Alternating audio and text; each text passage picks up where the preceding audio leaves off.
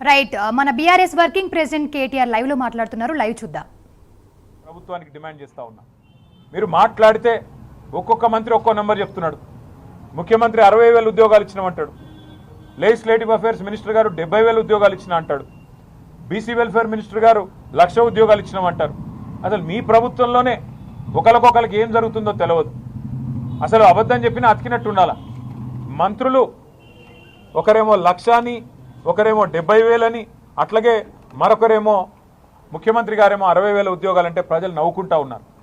ఇచ్చిన ఉద్యోగాలకే మళ్ళీ తిరిగి నియామక పత్రాలు ఇస్తూ ఉన్నారు. ఇంకా విచిత్రం అది, ఎప్పటి నుంచో వీఆర్ఓలుగా పనిచేస్తున్న వాళ్ళని వాళ్ళకు జీపీఓ అని కొత్త పేరు పెట్టి వాళ్ళను మళ్ళీ ఒకసారి ఎల్బీ స్టేడియంలో మేమేదో ఉద్యోగాలు ఇస్తున్నామంటే నవ్విపోతురుగాక నాకేమి సిగ్గన్నట్టుగా ఈ ప్రభుత్వ వ్యవహారం ఉంది.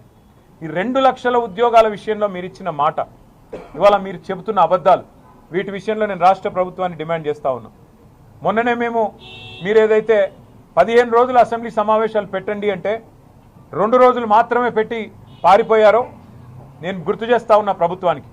మొన్న మీరు 2 రోజుల అసెంబ్లీ సమావేశం పెడితే కూడా మేము డిమాండ్ చేసినాం, నిరుద్యోగ సమస్య ఒక 2 రోజులు చర్చ పెట్టండి.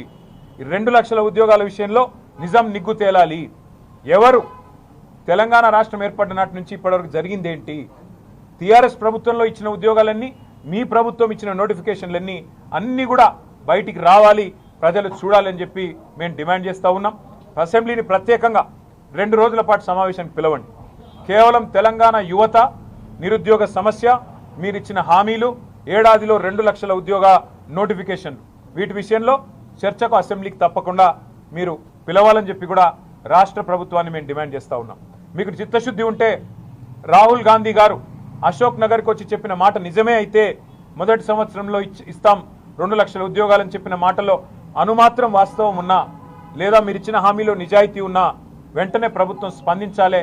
పిల్లల కోసం ఒక 2 రోజుల పాటు కూలంకషంగా చర్చించడానికి, వేరే బిజినెస్ వద్దు, 2 రోజులు కూలంకషంగా ఈ రాష్ట్ర నిరుద్యోగ యువత కోరుకుంటున్న విధంగా ప్రత్యేకంగా శాసనసభ సమావేశాలు పెట్టాలని చెప్పి మేము, స్పెషల్ అసెంబ్లీ సెషన్ పిలవాలని చెప్పి మేము కాంగ్రెస్ పార్టీని డిమాండ్ చేస్తూ ఉన్నాం. అట్లాగే పెద్దలు రాహుల్ గాంధీ గారిని కూడా మేము డిమాండ్ చేస్తున్నాం.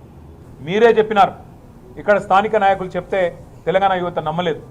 ఇవాళ 2 ఉద్యోగాలు ఊడగొట్టండి,